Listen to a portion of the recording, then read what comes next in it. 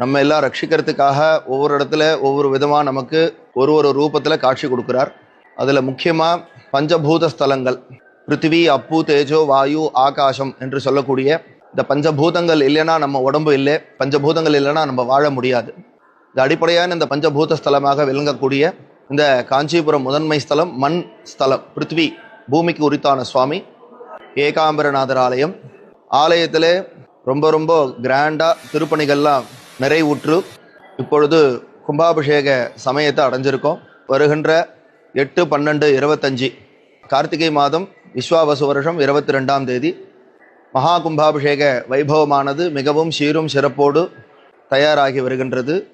இந்த கும்பாபிஷேகத்தில் சுவாமிக்கு மூலவர் ஏகாம்பரநாதருக்கு நவகுண்ட பட்சமும், உற்சவமூர்த்திக்கு நவகுண்ட பட்சமும், மாவடி சோமாஸ்கந்த சுவாமிக்கு நவகுண்ட பட்சமும், நவகுண்ட பட்சம்னா ஒரு சுவாமிக்கு 9 குண்டங்கள், ராஜகோபுர சதாசிவ சுவாமிக்கு நவகுண்ட பட்சமும், மற்ற பரிவார மூர்த்திகளுக்கெல்லாம் 34 ஓமகுண்டம் ஆக மொத்தம் 70 ஹோமகுண்டங்கள் அமைத்து 170க்கும் மேற்பட்ட சிவாச்சாரியர்கள், 30க்கும் மேற்பட்ட திருமுறை விண்ணப்ப ஓதுவா மூர்த்திகளும் சிறப்பாக கலந்து கொண்டு இந்த கும்பாபிஷேக வைபவமானது நடைபெற உள்ளது.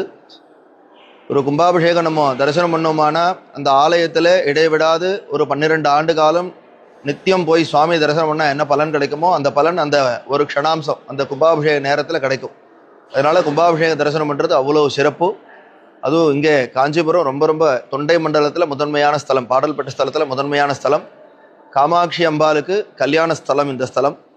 அம்பாள் சுவாமியை கல்யாணம் விவாகம் பண்ணிக்கணும்னுட்டு இங்கே முதல்ல பஞ்சாக்னியில் தபஸ் பண்ணி, பிறகு சுவாமி பிருத்வி லிங்கம் மண்ண லிங்கமாக சிவபூஜை பண்ணி ஈஸ்வரனை கல்யாணம் பண்ணிட்ட ஸ்தலம். எண்ணில் ஆகமும் இயம்பிய இறைவர் தாம் விரும்பும் அப்படின்னு சொல்லி அம்பாள் ஈஸ்வரனை கல்யாணம் பண்ணிக்கணுன்ட்டு ஆகமம் கொண்டு மணல் லிங்கம் பிடிச்சி சிவபூஜை பண்ணி ஈஸ்வரனை கல்யாணம் பண்ணிட்ட ஸ்தலம்.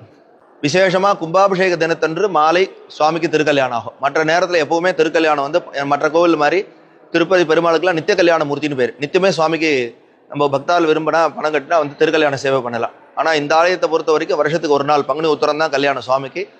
அதில் இப்போ விசேஷமாக கும்பாபிஷேக தினத்திற்கு கல்யாணம் பண்ணுவா. அதனால் இந்த திருக்கல்யாண வைபவத்தை சேவிங்கோ. விசேஷமாக 8ஆம் தேதி கார்த்தால நடக்கக்கூடிய கும்பாபிஷேக வைபவத்தையும் சேவிச்சு எல்லாம் வல்ல பரம்பொருள் காமாட்சிநாதன் ஏகாம்பரநாதருடைய பெருமருளை பெற்றுய அன்போடு அழைக்கிறோம்.